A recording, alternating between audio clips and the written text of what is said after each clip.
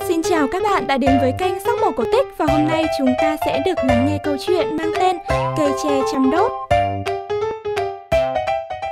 Ngày xưa, có một anh trai cày hiền lành khỏe mạnh đi ở cho một lão nhà giàu. Anh trai cày làm lụng rất chăm chỉ, lại thạo việc đồng áng nên lão nhà giàu muốn anh làm lợi thật nhiều cho lão. Một hôm, lão gọi anh đến và ngon ngọt dỗ dành. Con chịu khó, thức khuya, dậy sớm làm lụng giúp ta, chớ có quản nhọc nhằn. 3 năm nữa, ta sẽ gả con gái cho. Anh trai cày sung sướng trong lòng và đinh ninh rằng lão nói thật. Cứ thế quần quật làm giàu cho lão. 3 năm sau, nhờ công sức của anh, lão chủ có thêm nhà ngói, sân gạch, tạo thêm được ruộng được vườn. Nhưng lão nhà giàu chẳng giữ lời hứa năm xưa. Lão ngấm ngầm nhận lời gả con gái cho trai của một phú hộ trong vùng. Một hôm, lão làm ra vẻ thân mật, bảo anh trai cày: "Con thật có công với gia đình ta, trồng cây 3 năm rồi ắt đến ngày ăn quả. Cơ ngơi nhà ta nay đủ hết, chỉ thiếu có mỗi cây tre trầm đốt. Vậy con hãy đi lên rừng, cố tìm cho được một cây tre đó mang về, ta sẽ gả con gái cho." Anh trai cày mừng rỡ xách dao lên rừng, quyết tâm tìm cho được cây tre trăm đốt mang về để được vợ. Anh không biết khi anh đi rồi, ở nhà hai lão nhà giàu đã sắp sẵn cỗ bàn để làm lễ cưới cho con họ. Hai lão nhà giàu thấy đã lừa được anh trai cày kia đi vào rừng thì hí hửng bảo nhau: "Cái thằng ngốc đó, nó đi quanh năm suốt tháng, đố mà tìm được cái cây tre dài đủ trăm đốt. Thế nào rồi cũng bị rắn cắn hổ vồ mà thôi." Về phần anh trai cày, anh hì hục trèo đèo lội suối, luồn lách hết bờ này bụi khác, tìm kiếm mà chỉ thấy những cây tre bình thường. Cây cao nhất cũng chưa được 50 đốt. Vừa mệt vừa thất vọng, anh ngồi bệt xuống bưng mặt khóc. Nghe tiếng khóc, Bụt hiện lên hỏi: "Làm sao con khóc?" Anh trai cày thưa rõ đầu đuôi câu chuyện.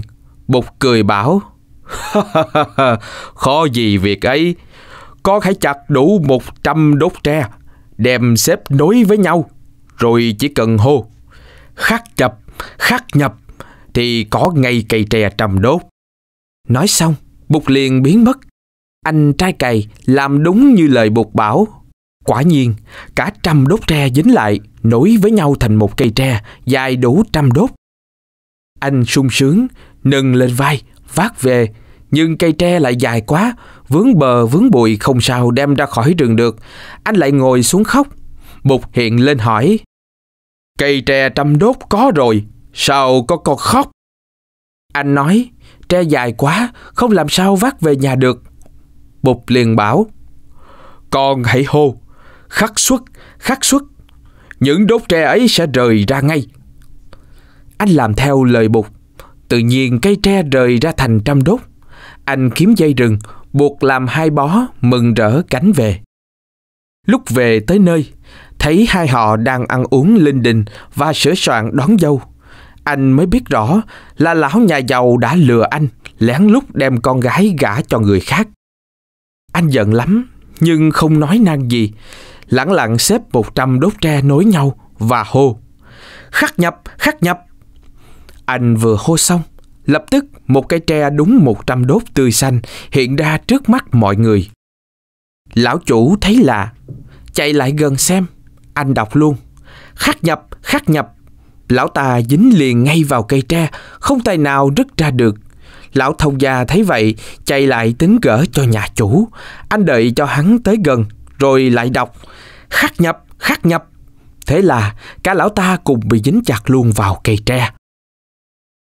Hai lão nhà giàu sợ quá, kêu khóc thảm thiết, van lạy anh trai cày xin gỡ ra cho, và hứa trước hai họ sẽ gả con gái cho anh ngày hôm đó. Lúc bấy giờ, anh mới khoan thai đọc khắc xuất. Tức thì hai lão kia rơi khỏi cây tre, và cây tre cũng chia thành 100 đốt. Lão chủ tuy tức giận nhưng cũng đành bấm bụng gả con gái cho anh thợ cày. Sau đó anh làm lễ cưới cô gái và hai vợ chồng sống với nhau hạnh phúc suốt đời. Công ty cổ phần văn hóa Nhân văn đồng hành cùng Sắc Màu Cổ Tích.